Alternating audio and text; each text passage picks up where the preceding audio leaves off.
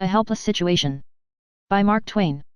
Once or twice a year I get a letter of a certain pattern, a pattern that never materially changes in form and substance, yet I cannot get used to that letter, it always astonishes me.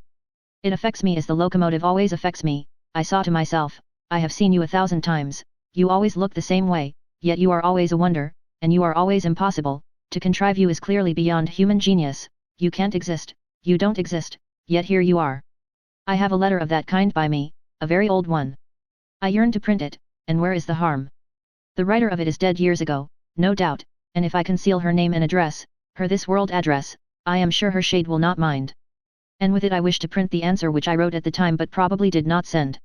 If it went, which is not likely, it went in the form of a copy, for I find the original still here, pigeonholed with the said letter.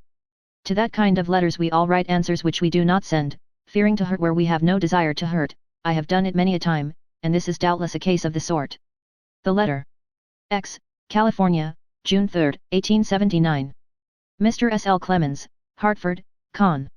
Dear Sir, you will doubtless be surprised to know who has presumed to write and ask a favor of you. Let your memory go back to your days in the Humboldt mines, 62-63. You will remember, you and Clagett and Oliver and the old blacksmith Tillow lived in a lean-to which was halfway up the gulch, and there were 6 log cabins in the camp, strung pretty well separated up the gulch from its mouth at the desert to where the last claim was, at the divide. The lean-to you lived in was the one with a canvas roof that the cow fell down through one night, as told about by you in Roughing It. My Uncle Simmons remembers it very well. He lived in the principal cabin, halfway up the divide, along with Dixon and Parker and Smith. It had 2 rooms, one for kitchen and the other for bunks, and was the only one that had. You and your party were there on the great night, the time they had dried apple pie. Uncle Simmons often speaks of it. It seems curious that dried apple pie should have seemed such a great thing, but it was, and it shows how far Humboldt was out of the world and difficult to get to, and how slim the regular bill of fare was. 16 years ago, it is a long time.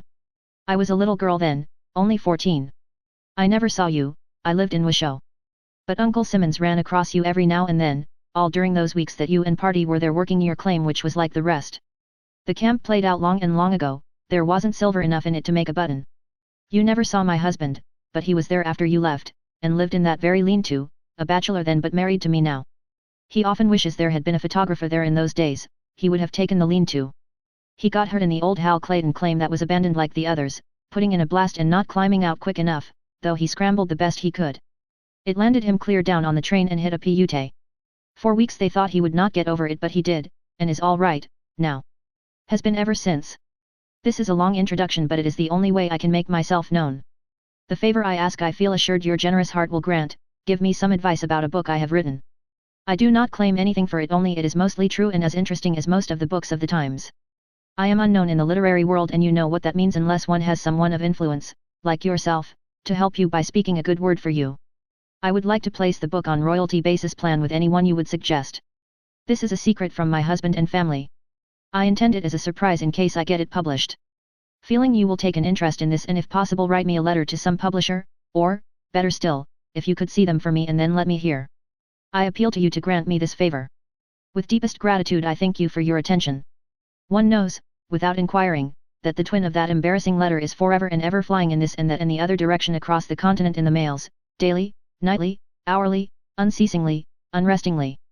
It goes to every well-known merchant, and railway official and manufacturer and capitalist, and mayor, and congressman, and governor, and editor, and publisher, and author, and broker, and banker, in a word, to every person who is supposed to have influence. It always follows the one pattern, you do not know me, but you once knew a relative of mine, etc., etc. We should all like to help the applicants, we should all be glad to do it, we should all like to return the sort of answer that is desired, but, well, there is not a thing we can do that would be a help, for not in any instance does that latter ever come from anyone who can be helped. The struggler whom you could help does his own helping, it would not occur to him to apply to you, stranger. He has talent and knows it, and he goes into his fight eagerly and with energy and determination, all alone, preferring to be alone. That pathetic letter which comes to you from the incapable, the unhelpable, how do you who are familiar with it answer it? What do you find to say? You do not want to inflict a wound, you hunt ways to avoid that. What do you find? How do you get out of your hard place with a content conscience? Do you try to explain?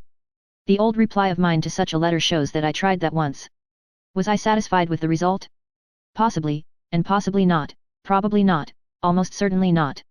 I have long ago forgotten all about it. But, anyway, I append my effort. The reply. I know Mr. H, and I will go to him, dear madam, if upon reflection you find you still desire it.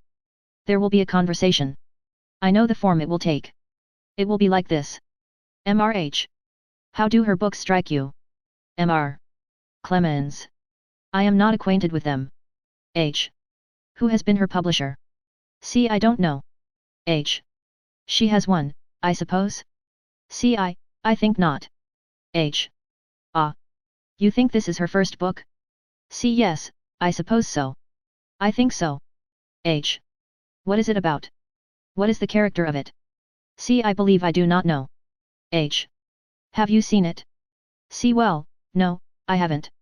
H. Ah. H. How long have you known her? C. I don't know her. H. Don't know her?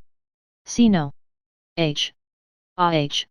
How did you come to be interested in her book, then? C. Well, she wrote and asked me to find a publisher for her, and mentioned you. H. Why should she apply to you instead of me? C. She wished me to use my influence. H. Dear me, what has influence to do with such a matter? C. Well, I think she thought you would be more likely to examine her book if you were influenced. H. Why, what we are here for is to examine books, anybody's book that comes along. It's our business. Why should we turn away a book unexamined because it's a stranger's? It would be foolish. No publisher does it. On what ground did she request your influence, since you do not know her?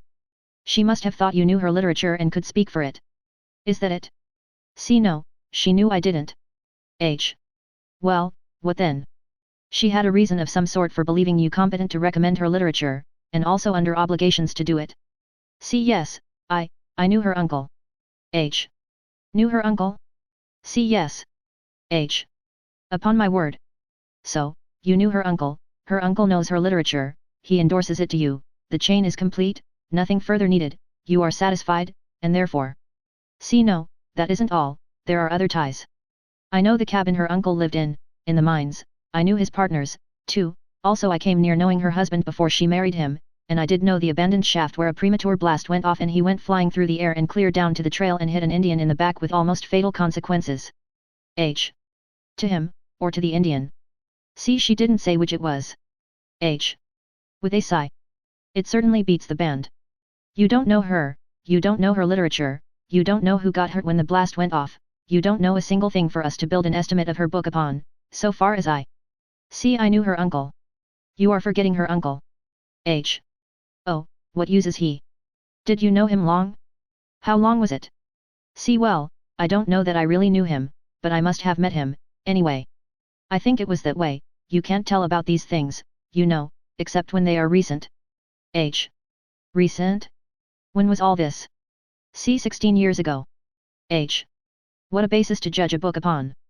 As first you said you knew him, and now you don't know whether you did or not. C. Oh yes, I know him, anyway, I think I thought I did, I'm perfectly certain of it. H. What makes you think you thought you knew him? C. Why, she says I did, herself. H. She says so. C. Yes, she does, and I did know him, too, though I don't remember it now. H.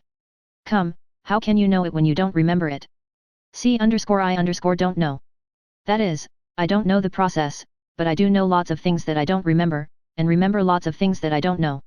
It's so with every educated person. H. After a pause. Is your time valuable? C. No, well, not very. H. Mine is. So I came away then, because he was looking tired. Overwork, I reckon, I never do that, I have seen the evil effects of it. My mother was always afraid I would overwork myself, but I never did. Dear madam, you see how it would happen if I went there. He would ask me those questions, and I would try to answer them to suit him, and he would hunt me here and there and yonder and get me embarrassed more and more all the time, and at last he would look tired on account of overwork, and there it would end and nothing done. I wish I could be useful to you, but, you see, they do not care for uncles or any of those things, it doesn't move them, it doesn't have the least effect, they don't care for anything but the literature itself, and they as good as despise influence. But they do care for books, and are eager to get them and examine them, no matter whence they come, nor from whose pen. If you will send yours to a publisher, any publisher, he will certainly examine it, I can assure you of that.